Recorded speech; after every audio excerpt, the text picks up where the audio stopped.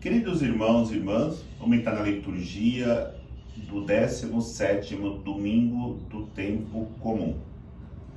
O dia da palavra, neste final de semana, continua nos ensinando sobre as realidades do reino de Deus através de parábolas. Mas a primeira leitura vai nos impulsionar para que possamos entender as parábolas de hoje, do Evangelho, que nos são apresentadas. No final da vida do rei Davi, houve muita luta pelo poder, sublevações, violências, inclusive 3 filhos de Davi morreram lutando pelo poder. Até que Deus resolve colocar um dos filhos de Davi no poder, porque Davi já estava bem idoso. E o escolhido foi Salomão, que tornou-se o grande rei Salomão. E o interessante é que Salomão reconheceu a sua incapacidade de governar, de reinar sobre o povo, se ele não tivesse recebido de Deus a graça necessária. E qual foi essa graça necessária? Davi havia morrido, e tendo assumido o poder, Salomão foi imediatamente ao santuário de Gabaon para pedir para Deus a graça. E Deus falou para Salomão: pode pedir o que tu quiseres. E Salomão não pediu vingança contra os seus inimigos, os inimigos do reino de Israel. Salomão não pediu saúde, Salomão não pediu dinheiro, riqueza, mas pediu a sabedoria de Deus. Diante desse pedido, o coração de Deus se alegrou com Salomão, porque não pediu nada para si, não pediu um mal contra o outro, mas pediu sabedoria para que ele pudesse bem governar o povo de Deus. Diante desta realidade, nós conhecemos a história, vinham pessoas de todas as partes do mundo conhecer a sabedoria de Salomão, que de fato ele reinou sobre Israel como um grande político, como um grande construtor. Ele construiu o magnífico templo, o templo de Salomão. Ele julgou o povo com sabedoria, ele realizou tudo aquilo que um rei deveria realizar para bem administrar o seu povo. Isso aconteceu porque ele foi pedir a graça a Deus e Deus lhe concedeu. Por isso é que eu dizia que essa leitura está unida de maneira muito íntima ao Evangelho de hoje nas parábolas. Nós temos que ter sabedoria para fazer as nossas opções diante das propostas de Deus para a nossa salvação. Por isso encontramos as parábolas do tesouro que alguém encontra, da pérola preciosa que alguém procura, e a realidade da rede lançada ao mar.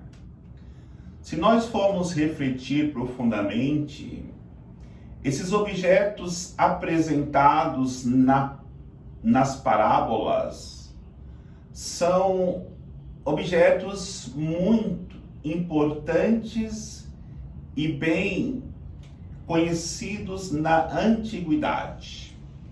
Porque se nós formos aqui refletir sobre o tesouro, nós lembramos logo daquela realidade antiga de tesouro escondido, de piratas que procuram tesouro. Então é a realidade da antiguidade. A mesma coisa a pérola. Sabemos que a pérola é muito preciosa. No entanto, hoje as pessoas preferem mais ter dinheiro vivo na mão do que pérola, o que era diferente na antiguidade. E a rede também é outra realidade da antiguidade, onde os pescadores só pescavam com redes. Hoje, com grandes tecnologias, os grandes pescadores pescam de maneira diferente. Como também as pessoas costumam pescar com molinete, com vara de pescar, são realidades da antiguidade. No entanto, é importante nós refletirmos no último versículo do Evangelho de hoje. Jesus vai dizer que o reino de Deus é como um pai de família que tira do seu tesouro coisas antigas e coisas novas. E exatamente isso que nós vamos fazer para refletirmos sobre estas parábolas que foram bem entendidas na realidade que Jesus falou para aquele povo que estava ouvindo a sua pregação. Falando de tesouro, nós precisamos entender que para nós o tesouro é usado em uma outra linguagem, numa outra literatura. Porque quando falamos de tesouro, nós usamos o tesouro num campo sentimental, no campo de algo muito precioso ou preciosa para nós, se referindo às pessoas. Nós dizemos, a minha mãe é meu grande tesouro. A minha esposa ou meu esposo são meu grande tesouro. Minha irmã, meu namorado, minha fé, minha igreja são os meus grandes tesouros. Diante dessa realidade, nós percebemos que nessa realidade de tesouro é alguém que é muito precioso para nós. E dentro dessa realidade nós entendemos que devemos buscar esse tesouro amando profundamente todas as pessoas. E todas as pessoas deveria ser de fato um grande tesouro para nós. A mesma realidade encontramos na questão da pérola. A pérola, ela é solitária, vive dentro da ostra. E somente quando a ostra é ferida, ela produz a pérola. Ela nos dá a pérola. Diante desta realidade, nós precisamos entender que as pessoas são pérolas preciosas para nós. Eu sempre costumo dizer, quando nós perdemos uma pessoa, ou porque brigamos com ela, ou porque ela parte para longe de nós, ou porque ela tenha morrido, nós ficamos mais pobres. Mas no momento que nós ganhamos um amigo, ganhamos um irmão, nós ficamos mais ricos. Por quê?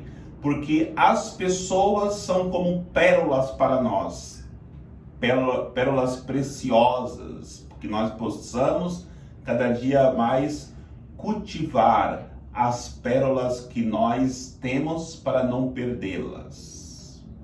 E a rede também é um objeto que nós poderemos atualizar.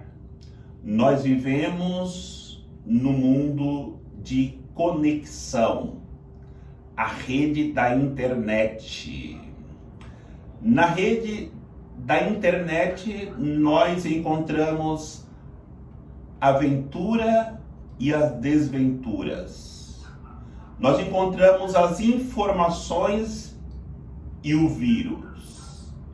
Ali nós podemos estar conectados na rede da internet diante de várias realidades que nós precisamos atualizar nas nossas vidas. Mas também entendamos que precisamos, ao lançar a rede, neste mar que é a internet, sabermos separar os peixes bons dos peixes que não prestam. Então temos que refletir.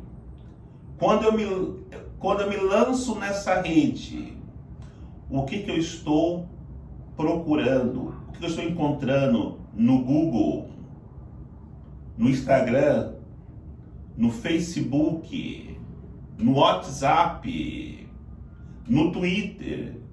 O que eu estou encontrando? Eu tenho tido o discernimento de separar aquilo que presta daquilo que não presta. É importante nós sabermos ter esse discernimento de fazer essa separação, e exatamente é esta realidade que o Evangelho de hoje quer nos passar, para que nos dias de hoje nós saibamos atualizar. E diante dessa realidade, para que nós possamos nos encontrar com o reino de Deus, temos que ter Jesus como nosso grande tesouro, porque Ele é o nosso irmão. Temos que ter Jesus como a nossa pérola preciosa, porque Ele é o nosso amigo. Temos que ter Jesus e encontrá-lo ao lançarmos essa rede, porque Ele é o nosso Deus. Por isso temos que entender esta realidade. Termos Jesus como nosso tesouro, não somente no momento que eu preciso desse tesouro para resolver uma situação de saúde, de desemprego, uma situação de problema familiar. Eu tenho que ter esse tesouro na minha vida em todos os momentos. A mesma realidade da pérola preciosa.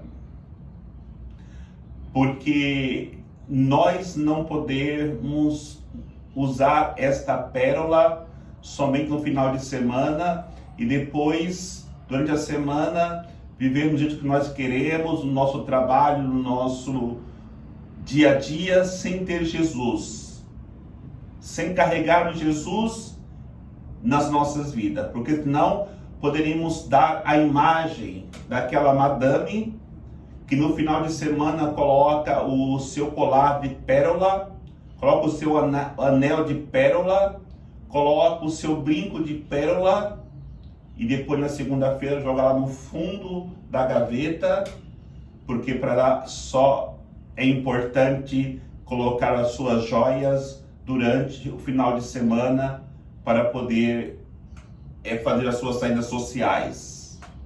Não, nós precisamos ter Jesus, nossa pérola preciosa, durante 24 horas por dia, durante 7 dias da semana.